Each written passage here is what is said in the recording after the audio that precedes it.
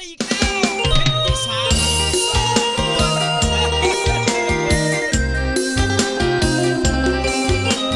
สบายดี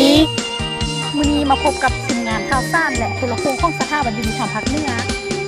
มื้อนี้พวกเขาจะพาท่านผู้ชมไปท่องเที่ยวที่สวนพฤกษศาสตร์ท่าตัดแกะซึ่งบรรยากาศจะเป็นแบบนั้นพวกเขาไปรับชมกันได้เลยเมฆลอยกระจายสายลมพัดเป่างามแท้เมืองลาว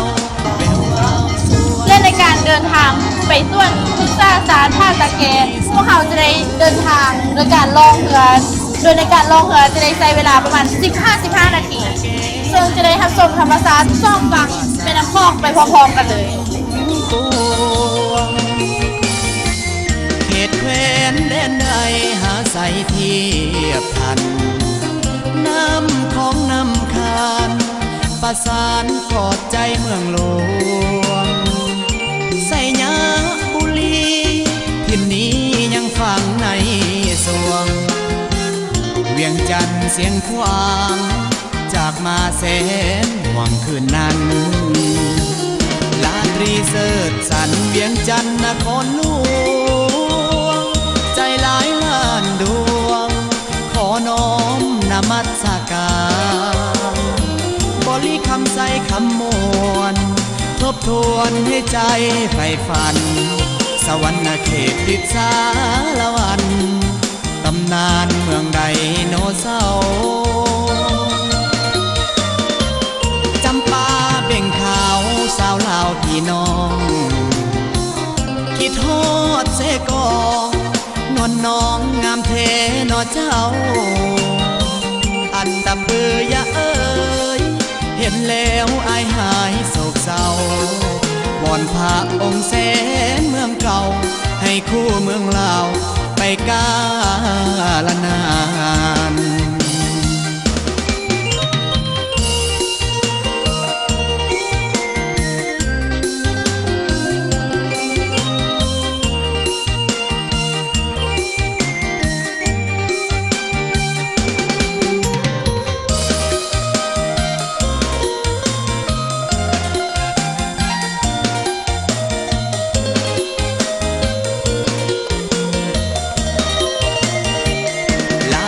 เสิร์ชสันเวียงจันทร์นครหลวงใจหลายล้านดวงขอน้อมนมัสการบริคำใส่คำมวลทบทวนให้ใจใฝ่ฝันสวรรค์เขตดิสาละวันตำนานเมืองไดโนเสาร์จำปาเบ่งขาวสาวลาวพี่น้องในขณะนี้เนาะทางทีมงานของพวกเราเดินทางเข้ามาฮอดมาถึงสวนพฤกษศาสตร์เนาะแต่ว่าเกี่ยวกับสวนพฤกษศาสตร์นี่ก็จะมีพืชพันธุ์หลายๆชนิดเนาะจะบอกว่าจะเป็นพืชพันธุ์ทางด้านเป็นหญ้าพื้นเมืองจะเป็นสนับเป็นดอกไม้หรือว่าเป็นต้นไม้ให้มากทางสวนพฤกษศาสตร์เขาจะมีการจัดกิจกรรมในการแสดงละครเรื่องสั้นเนาะแข่งขันการร้องเพลงต่างๆเนาะมีหลากหลายรูปแบบหลากหลายชนิดเนาะซึ่งจะเป็นในเรื่องนั้นเข้าไปติดตามแล้วไปติดตามรับชมและไปเบิ่งรายละเอียดกันต่อๆไปเนาะในครั้งต่อไปเนาะซึ่งทีมงานพวกเขาจะพาบรรดาท่านฟังไปรับชมไปพร้อมกันเลย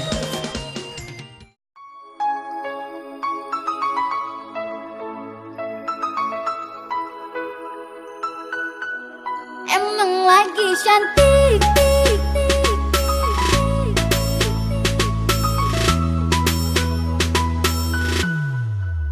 Hai sayangku,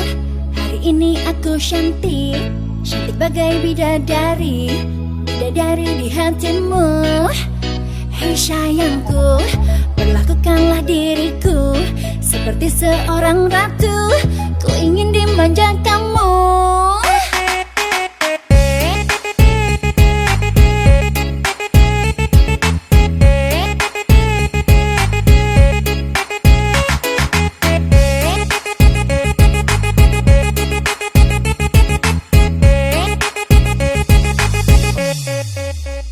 Sayangku, hari ini aku cantik Cantik bagai bidadari Bidadari di hatimu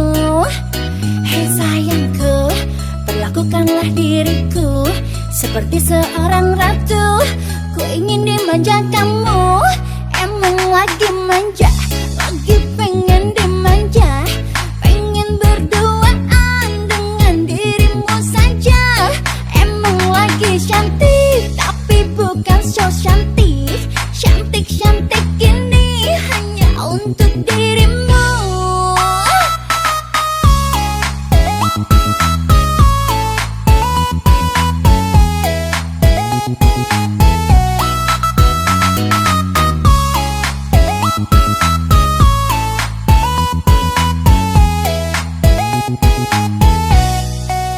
Hei sayangku,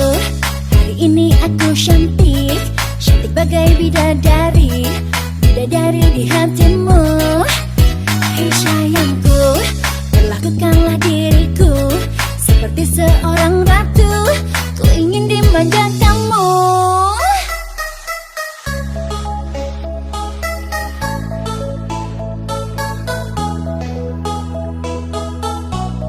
Emang lagi cantik,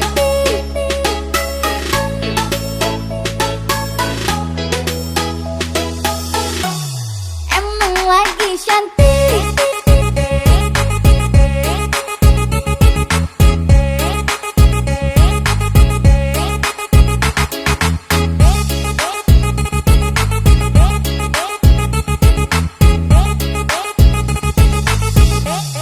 Emang lagi manja, lagi pengen dimanja, pengen berduaan dengan dirimu saja. เป็นจังได้ทานผู้สมนี่ก็เป็นเพียงแต่แนวพันธุ์พืชบางชนิดที่พวกเขาได้นำมาฝากทานผู้สมเท่านั้นถ้าทานได้